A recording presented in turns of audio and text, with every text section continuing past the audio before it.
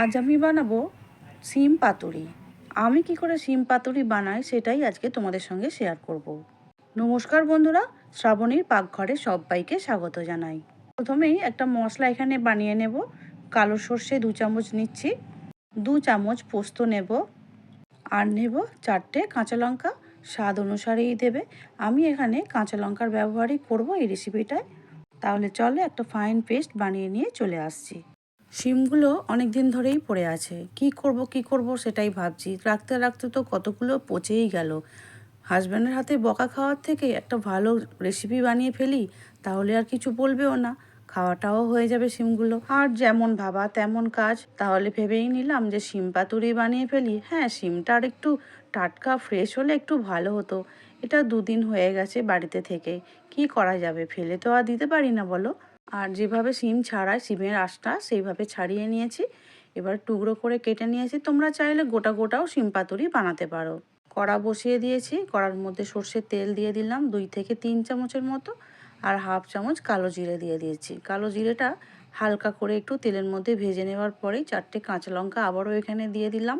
কাঁচা লঙ্কাটা একটু ভাজা হতেই যে কেটে রাখা শিমগুলো ছিল, খুব ভালো করে ধুয়ে রেখেছিলাম, শিমগুলো আমি এখন দিয়ে দিচ্ছি এই কাঁচা লঙ্কা আর কালো জিরের ওপরে। শিমটা একটু ভেজে নেব। একটু ভেজে নেবার পরেই দিয়ে দিচ্ছি স্বাদ অনুসারে নুন। নুনটা দেওয়ার পরে আবারও একটু ভালো করে মিশিয়ে নিয়ে ভেজে নেব। যেহেতু এই সবজিটা সম্পূর্ণ নিরামিষ হবে, সেই জন্য আমি একটু চিনি দিয়ে দিয়েছি এখানে। আমার আবার শিম পাতুরি একটু মিষ্টি মিষ্টি খেতে ভালোই লাগে। তোমাদের যদি বেশি মিষ্টি খেতে ভালো না লাগে, চিনিটাকে একটু অল্প করে দিও।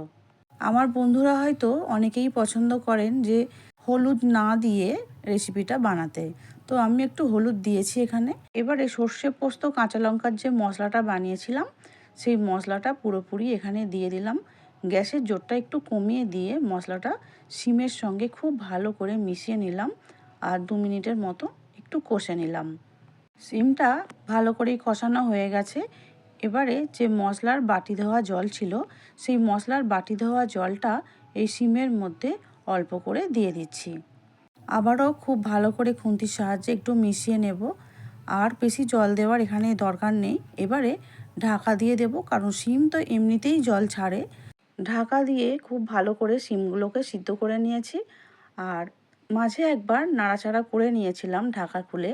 দেখতেই পাচ্ছ শিম পাতুরি আমাদের একদম রেডি হয়ে গেছে। এবারে গ্যাসটা অফ করে দিলাম। হাজব্যান্ড তো বুঝতেই পারেনি যে শিমটা একটু পুরানো হয়ে গিয়েছিল, বলেই দিল দারুণ হয়েছে শিম পাতুরি। আমিও ভাবলাম যাক বাবা, বাঁচা গেছে। রেসিপি ভালো লাগলে লাইক শেয়ার সাবস্ক্রাইব করার অনুরোধ রইল। তাহলে চলো, দেখা হবে অন্য ভিডিও নিয়ে অন্য দিন। সবাই খুব ভালো থেকো, সুস্থ থেকো। ভিডিওটি দেখার জন্য ধন্যবাদ।